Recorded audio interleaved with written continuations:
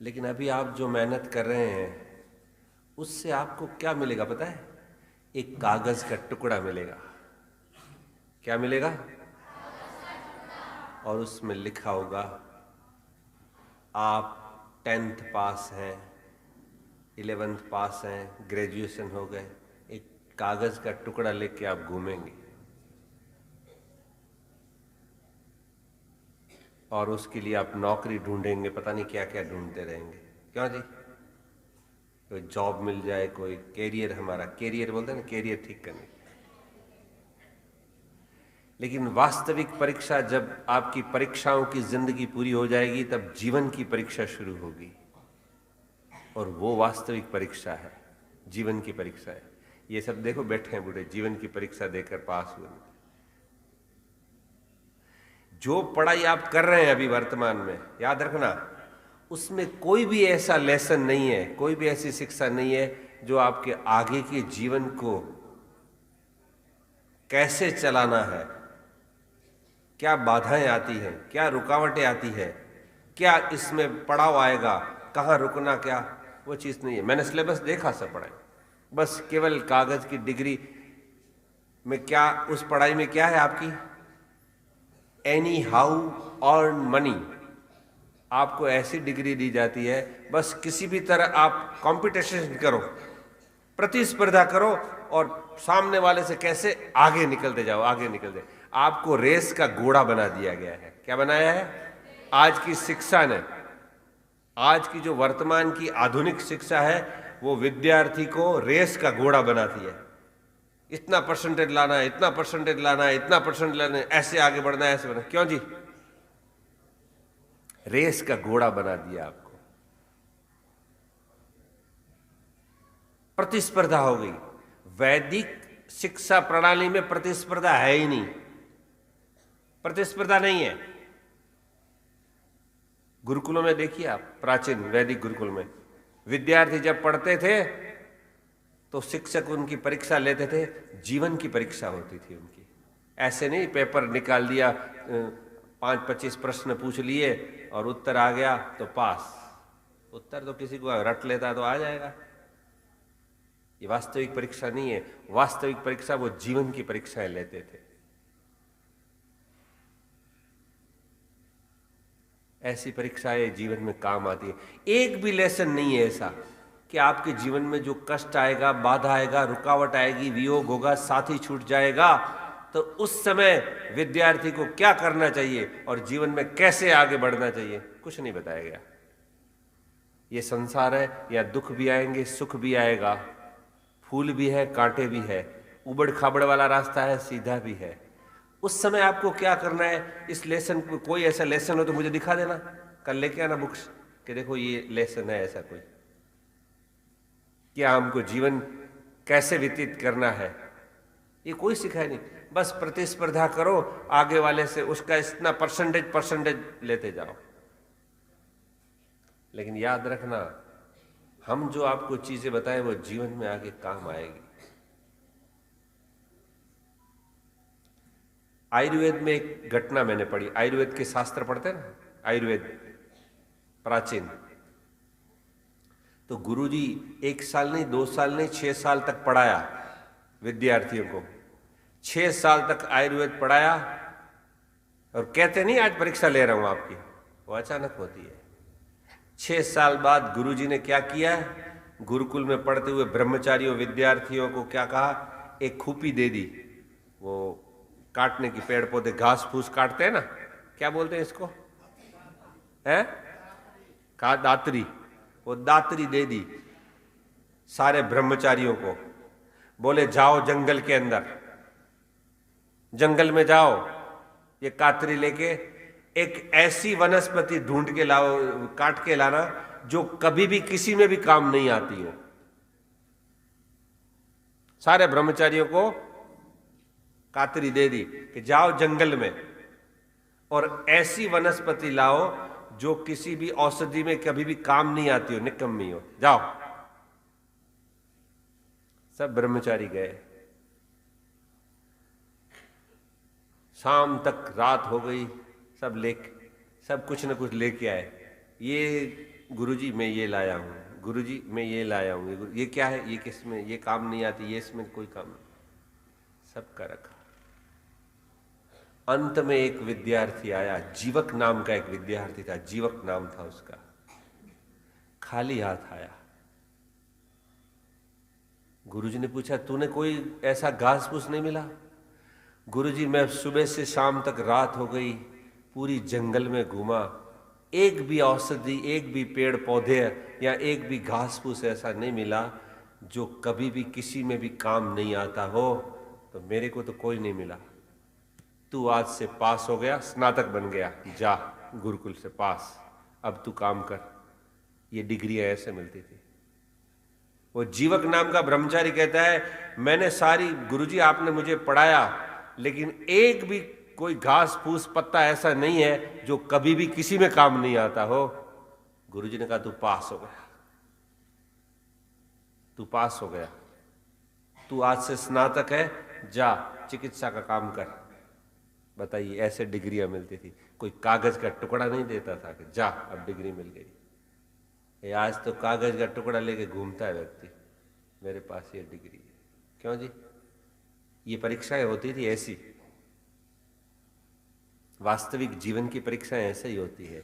गुरुजी बताते नहीं है, हमारे गुरुजी भी हमारी परीक्षा लेते ऐसे नहीं बोलते थे कि आज आपकी परीक्षा ली जाएगी, आप तैयारी करना या पढ़ लेना, नहीं। रोजड़ की बात बता रहा हूं मैं। सारे ब्रह्मचारी, हमारा एक मेनू होता था ब्रह्मचारियों का भोजन का, गुरुवार है तो ये दाल बनेगी, शुक्रवार है तो ये दाल बनेगी, ये सब्जी बनेगी, ये चावल बनेंगे, ये खीर बनेगी, ये बनेगा, वो बनेगा, ये बनेगा, ऐसा ऐसा पूरा मेनू होता था। तो गुरुवार को क्या होता था, खीर बनती थी बढ़िया, खुद की गाय। यहाँ तो मुझे गाय देख, दूध भी मुझे तो अच्छा नहीं लगता, पीने की इच्छा नहीं होती है दूध, पता नहीं कैसा कैसा दूध है। हमारे यहाँ दूध पियो तो आप गिरे तो दाग पड़ जाए। गिर की गाय है, गिर की, गिर नस्ल की, लाल, ऐसे शेर की तरह। शेर कैसे दौड़ते आता है, ऐसे जंगल में दौड़ती है तो जैसे शेर आ गया, ऐसी ऐसी तगड़ी गाय है। यहाँ तो आपके शरीर भी, पंजाब में तो ऐसे फूंक मारो तो उड़ जाए। ये देखो कैसे कैसे। नहीं तो पंजाब तो बड़ा प्रसिद्ध है, घी दूध मक्खन छाछ मलाई बोलते हैं। गुजरात में तो बड़ी प्रसिद्धि है, पंजाबी लोग इतने बड़े बड़े गिलास दूध पीते हैं, बड़े बड़े दही मक्खन लस्सी खाते हैं। लेकिन यहाँ तो मैं बच्चों के चेहरे देखता हूं तो पता नहीं, फूंक मारो तो उड़ जाए, ऐसे ऐसे क्यों? खाते पीते नहीं, व्यायाम करते नहीं, पता नहीं क्या करते हैं। हमारे तो ऐसी गाय है, और दूध पी नहीं सकते। हमारे शिविर में आते हैं ना, भारी लगता है, गाढ़ा, इतना गाढ़ा। अरे थोड़ा देना ब्रह्मचारी जी, थोड़ा देना, इतना नहीं पीते। इतना गाढ़ा दूध मिलता है। गुजरात में पशु बहुत है, गायें बहुत अच्छी है नस्ल की। गौशाला खोलो प्रधान जी, यहाँ एक बढ़िया, एक दो खेत लेके एक गऊ का पालन करो, दुनिया का सबसे बड़ा पुण्यशाली काम है गऊओं को सेवा करना। और कभी हमारे जैसा है, दूध तो मिले शुद्ध बढ़िया। तो हमारे यहाँ का आश्रम गुरुकुल में नियम था, गुरुवार के दिन खीर बनती थी, और गुरु जी इतना कटोरा भर के काजू बादाम पिस्ता देते थे रसोइयों को, पाचक को, भाई आज खीर, गुरुवार है खीर बनेगी। तो ब्रह्मचारी भी दो चार दंड बैठक ज्यादा लगाते थे, आज तो खीर खानी है, भाई आज गुरुवार है खीर बनेगी, ये बनेगा, वो बनेगा। तो ये पता होता है गुरुवार। होता क्या था, हमारी परीक्षाएं, घंटी बजती थी टिन टिन टिन टिन 11:30 बजे, और सारे ब्रह्मचारी अपना थाली कटोरा चम्मच लेके पाकशाला में जाते, सब अपना बर्तन खुद धोते, साफ अपना करना। और एक नियम था, एक ब्रह्मचारी को एक बार ही लेना है खाना, परोसना, फिर कोई परोसता नहीं था। ये जितना खाना है उतना एक बार ले लो, और शर्त ये जूठा नहीं छोड़ना, जूठा नहीं छोड़ना। 2 रोटी लेनी है एक साथ ले लो, कटोरे इतने बड़े बड़े होते थे, खीर लेनी है, दाल लेनी है, बड़े बड़े कटोरे, एक बार ले लो। कोई परोसना नहीं आता, एक बार परोस दिया, मंत्र पाठ हो गया, फिर छुट्टी। और फिर अपना बर्तन साफ करके अपने कमरे में अपने पास में रखो, थाली कटोरा सब। अब बताइए,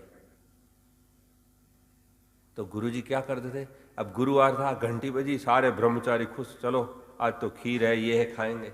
और थाली कटोरा लेके अंदर गए, तो वो जो पाचक रसोई बनाने वाला था, उसने कहा आज कुछ नहीं बनाया, गुरुजी ने मना किया था, आज भोजन किसी को नहीं मिलेगा।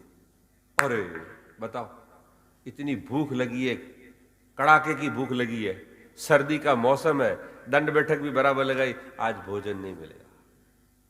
गुरुजी हमको किसी को बताए, पाचक को बोल के जाते, अभी नहीं बताना, जब थाली लेके ब्रह्मचारी आए तब बताना आज भोजन बंद है।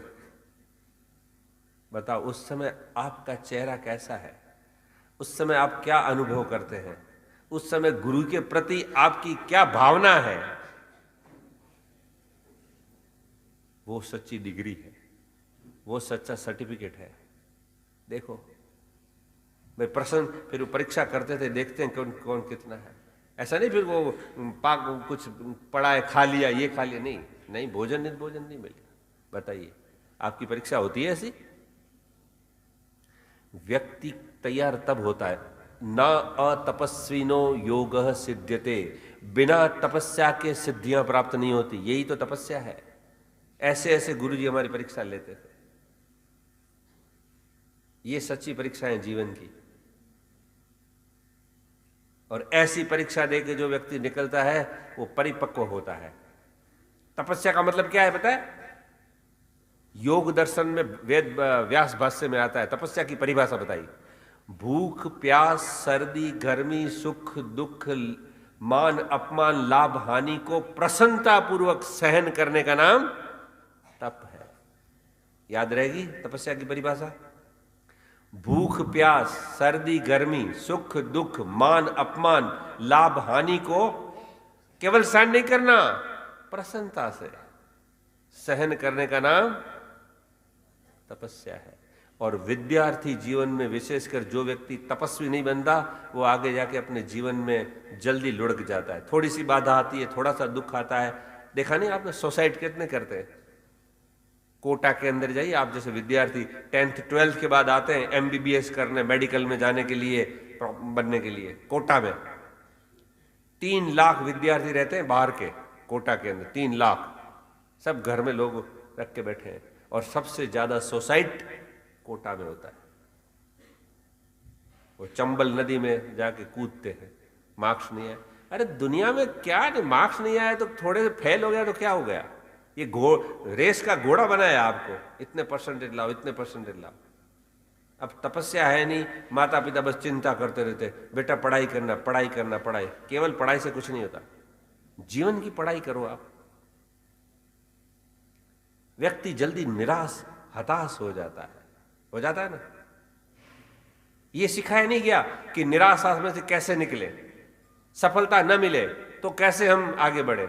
जरूरी नहीं है कि जो व्यक्ति पढ़ लिख के डिग्री प्राप्त करेंगे वही व्यक्ति बड़ा काम करेगा। मैं आपको आज ऐसे बता सकता हूं, जो नहीं पढ़े वो सीए को अपने नौकरी रखते हैं, उनके हाथ में नीचे सीए काम करते हैं, इंजीनियर काम करते हैं, कई एडवोकेट को हायर करते हैं वो। आप ये समझते हैं कि इतनी डिग्री आ जाएगी, इतनी। कल ही मैं गया था एक परिवार में, एक कौन, संजीव गुप्ता, रश्मि गुप्ता और उसका बेटा शिवम गुप्ता के घर। ऐसे खाना नहीं खिलाया, पहले 1-2 घंटा पहले बुलाया, बोले कुछ सत्संग करेंगे, अड़ोसी पड़ोसियों को सबको बुलाया, सत्संग किया। अच्छा हुआ, हमारा भी टाइम कुछ अच्छा बीता बैठे बैठे। तो कई लोग आए थे अड़ोसी पड़ोसी। तो एक कन्या आई थी, आचार्य जी इसको आशीर्वाद दो, ये ऑस्ट्रेलिया जाने वाली। कहाँ जाएगी? ऑस्ट्रेलिया। क्या? डॉक्टर MBBS करनी है। मैंने पूछा कितना खर्चा है? 16 करोड़ रुपए। वहां ऑस्ट्रेलिया में MBBS करना है तो कितना खर्चा है? 16 करोड़ रुपए। मैंने इससे तो अच्छा है भारत में 16 करोड़ लगाना। तुम इतनी झंझट, वहां कोई जीवन ही नहीं है ऑस्ट्रेलिया जाना। याद रखना, सत्यार्थ प्रकाश में स्वामी दयानंद ने लिखा वेदों के आधार, विदेश में रहना दुख है। आपने पढ़ाई यहाँ की, जन्म यहाँ लिया, इस मिट्टी पे पले पोसे, इस मिट्टी का अन्न खाया, इस मिट्टी की वफादारी बनाए रखना। विदेश नहीं जाना। इस देश कैसा भी है, 50 बुराइयां हमारे देश में, मान लो कमियां हैं दूसरे, लेकिन मेरा देश मेरा है। इस देश को छोड़ के नहीं जाना। ये जो जाते हैं, स्वामी दयानंद ने लिखा विदेश में रहना दुख है, पाप।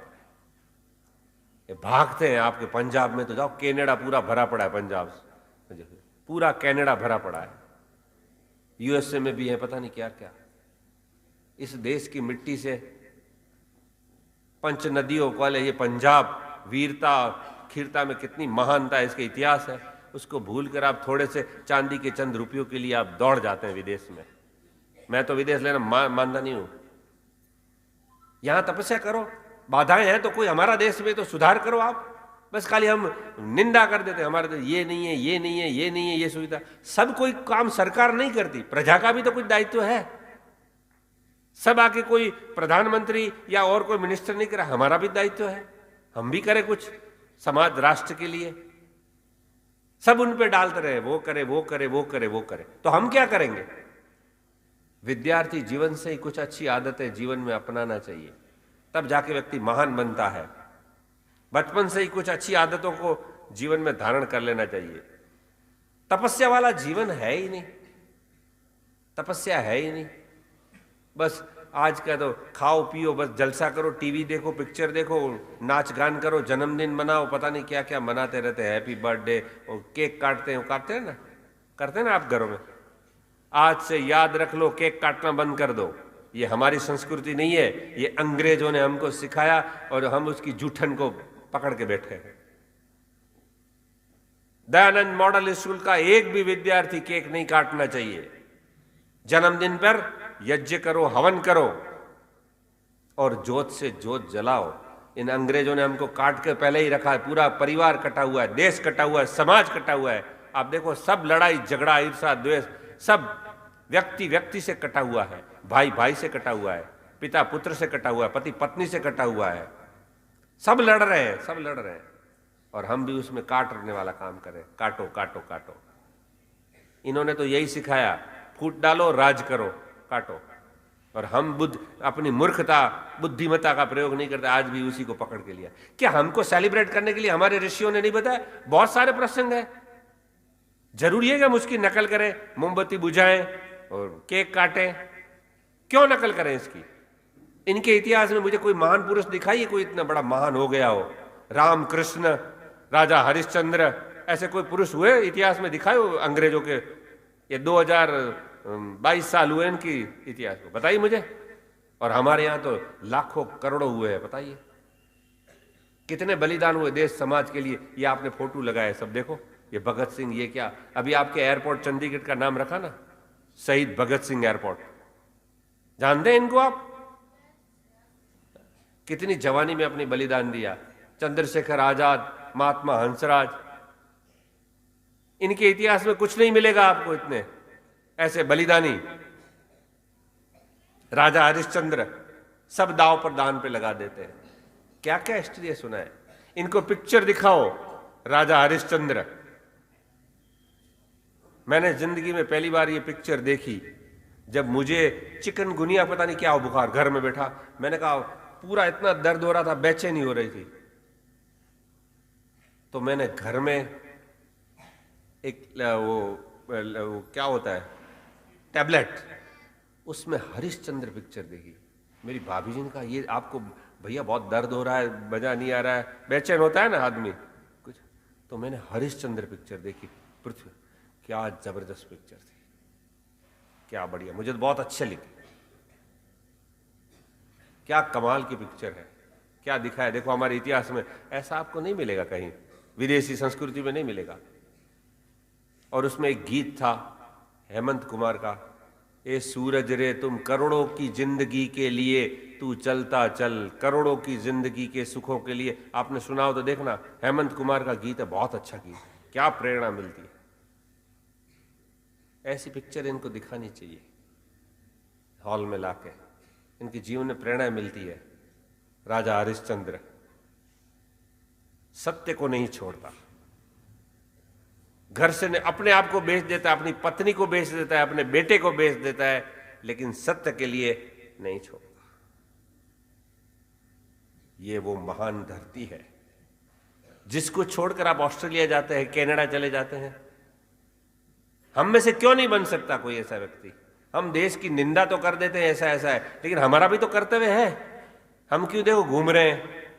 मेरे को भी ऑफर आई थी यूएसए की, मेरे एक मित्र है यूएसए में, मैंने एक अच्छा वो देखा है स्थान, गायत्री का है, आप इधर आ जाओ यूएसए में।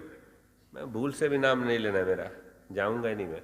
हाँ, घूमने के, देखने के, प्रचार करने जाए वो अलग बात है, लेकिन वहाँ स्थायी रूप से रहना नहीं, हम अपने देश में काम करेंगे, कैसा भी है मेरा देश है।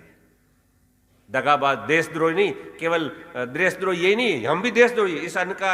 इस धरती के अन्न से हमारा शरीर बना है, हमारे माता पिता भी यहाँ से पले, हमारा सारा आज जो हमारे एस्टेट है जो हम पले पोसे, उसको छोड़कर हम चले जाए। हमारी माँ कितनी भी गंदी हो, बीमार हो, तो हम उसको छोड़ देते माँ को, जिसने हमको जन्म दिया, कैसी भी है हमारी माँ, हम उसको छोड़ जाते। तो ये धरती, ये पृथ्वी, ये भारत माता हमारी माँ है, इसको छोड़ के नहीं जाना है, इसको पकड़ के रखना है। कैसी भी है माँ, लेकिन मेरी माँ है, कैसी मेरी माँ है। इसमें जो भी बुराइयां हैं हम ठीक करेंगे, हम सुधार करेंगे। ये देखो आर्य समाज क्या कर रहा है, देश समाज राष्ट्र के लिए काम कर रहा है ना। तो विद्यार्थी को तपस्या करनी है और अपने जीवन को तपाना है।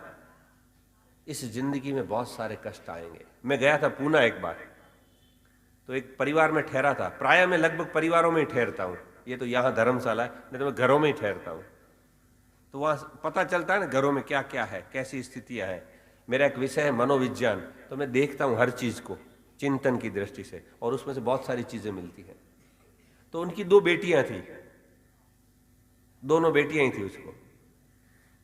तो हम तो परीक्षा करके पूछ लेते हैं, तो बोले आप इनको थोड़ा आचार्य जी सिखाओ, ऐसे तो रोटी नहीं खिलाते हमको भी, पहले हमारा जूस निकालते हैं फिर हमको जूस पिलाते हैं। कल भी गए, ऐसे रोटी नहीं खिलाई हमको।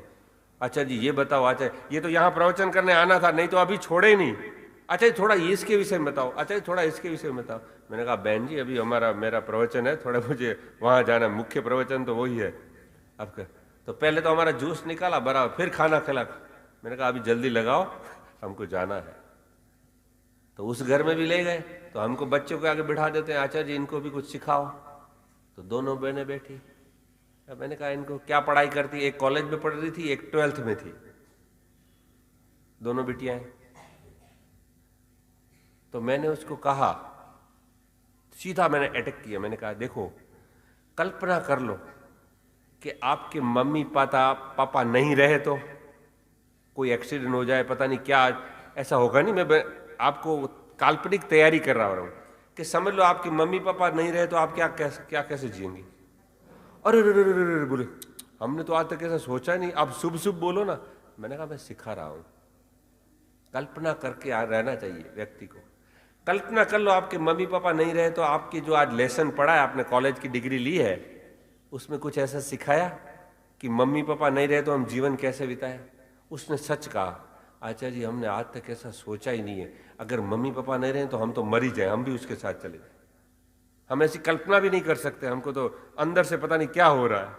मैंने कहा ऐसा भी हो सकता है, ये जीवन है, ये उबड़ खाबड़ वाला है, अचानक पता नहीं कब भी क्या कोई घटना अप्रत्याशित घट सकती है। इस जीवन में तैयारी करके रहना, चलना पड़ता है, कभी भी कुछ भी हो सकता है। उस समय भी आप जी जाओ, तब आपकी डिग्री काम आती है, माने कि हाँ कि मम्मी पापा के बिना भी हम दोनों बहनें अपना जीवन गुजारा कर सकती है।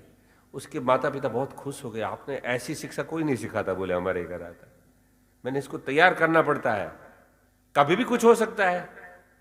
ये तो आप अधीन हो गए, गुलाम, बस मम्मी पापा है, ये मम्मी ये खाना बना देगी, पापा पैसा देगा, ये करेंगे, हम तो बस खाए पड़ेंगे, डिग्री खुश हो जाएंगे। अचानक हो सकता है सब चीजें, और जीवन में ऐसा होता भी है। देखो कईयों के जीवन में अचानक घटनाएं घटती है, उस समय विद्यार्थी को तैयार रहना चाहिए। ये पाठ कोई पढ़ाता नहीं, ऐसे शिक्षा में है ही नहीं। हम चाहते हैं ऐसी शिक्षा भी हो, जब परीक्षाओं की जिंदगी पूरी हो जाए तब जीवन की परीक्षा शुरू होती है व्यक्ति की। उस समय विद्यार्थी कहां पढ़ा पता लगना चाहिए, कैसी उनकी तैयारी है। ऐसा कोई लेसन नहीं है, ऐसा कोई पाठ नहीं है, ऐसी कोई शिक्षा नहीं सिखाता। बताइए, आप चाहते हैं ऐसी शिक्षा? आप एक काम करो, प्रधान जी और मंत्री जी, एक धार्मिक शिक्षक लगाओ, रोज एक एक क्लास एक एक वर्ग की लगे, उसमें इस पढ़ाई का नहीं, धार्मिक शिक्षक जीवन के निर्माण की बातें उनको बताएं, क्रिएटिव बातें बताएं उनको। आपका खुद का स्कूल है, आपके खुद के बच्चे हैं, उनको जीवन निर्माण की बातों के लिए एक धार्मिक शिक्षक रखो, भले उसको वेतन दो। एक धार्मिक शिक्षक उनको नैतिकता की, धर्म की, जीवन के निर्माण की बातों को बताए। रोज रोज एक एक क्लास अलग अलग वालों का रखो, एक टीचर रखो उसकी ड्यूटी, ये बहुत बड़ा काम है। ऐसी बातें कोई बताने वाला आएगा नहीं आपको। केवल कागज की डिग्रियों से जीवन नहीं चलता है। ये संसार है, यहाँ उबड़ खाबड़ है, यहाँ अलग प्रकार की परीक्षाएं लेनी पड़ती है और अलग परीक्षाएं देनी पड़ती है। ये संसार एक बहुत बड़ी पुस्तक है। क्या है? बहुत बड़ी पुस्तक है। संसार बहुत बड़ी पुस्तक है। आप केवल इस पुस्तक को पढ़ेंगे नहीं, इस संसार को भी पढ़ना। सामने वाला व्यक्ति कैसा है, ये कैसा है, ये कैसा है, कैसे करते हैं, क्या होता है, जीवन क्या है, क्यों मिला है। तो इन सारी बातों को आप जब करेंगे तब आपके जीवन में उन्नति होगी, साहस आएगा, पराक्रम आएगा, उत्साह बढ़ेगा, दुख सहन करने की शक्ति आएगी, बल आएगा। केवल डिग्री, कागज की डिग्रियों से कुछ नहीं होगा। तो समय अनुकूल कुछ बातें मैंने आपको आधा घंटा कहा था, तो मैंने कुछ बातें बताने का आपको प्रयास किया और आप भी इस पर विचार करें और उस पर चलें। आपका भी कोई प्रश्न हो तो मुझे पूछ सकते हैं। कोई ऐसा क्वेश्चन हो कुछ तो आप भी हमसे पूछ सकते हैं। कोई पूछ रहा है? Any question? सब कॉन्सेप्ट क्लियर है? सब क्लियर है? वाह, अच्छी बात है। देखो, प्रश्न व्यक्ति क्यों नहीं पूछता, इसके दो कारण होते हैं। मैं तो सब कुछ जानता हूं, क्या पूछूं? क्यों जी? वो व्यक्ति प्रश्न नहीं पूछता, हम तो सब कुछ जानते हैं, क्या पूछे? अथवा दूसरा कारण क्या होता है, हमको कुछ भी नहीं आता, क्या पूछे? हम कुछ भी नहीं जानते, तो आपकी गिनती किस में करूं? हम सब कुछ जानते हैं या हम बिल्कुल कुछ जानते ही नहीं, क्या पूछे? बताइए। चलो कल ही कोई प्रश्न करके याद आना। बड़े बच्चे, कोई प्रश्न ऐसा हो, रिलेटेड प्रश्न पूछना, कोई सीरियल का प्रश्न नहीं पूछना। एक बार हमने ऐसी कक्षा लगाई तो प्रश्न कहा तो उसने सीरियल का पूछा, आगे इसमें एपिसोड में क्या होगा। अरे भले आदमी, ये हमारा प्रश्न, हमको पता ही, टीवी हमारे पास है ही नहीं, हम देखते ही नहीं, तो ये सीरियल, हमारे रिलेटेड प्रश्न पूछना। ठीक है, तो इसको अब समय अनुकूल समाप्त करते हैं। कल और कुछ बातें बताने का प्रयास करेंगे। ओम शांति।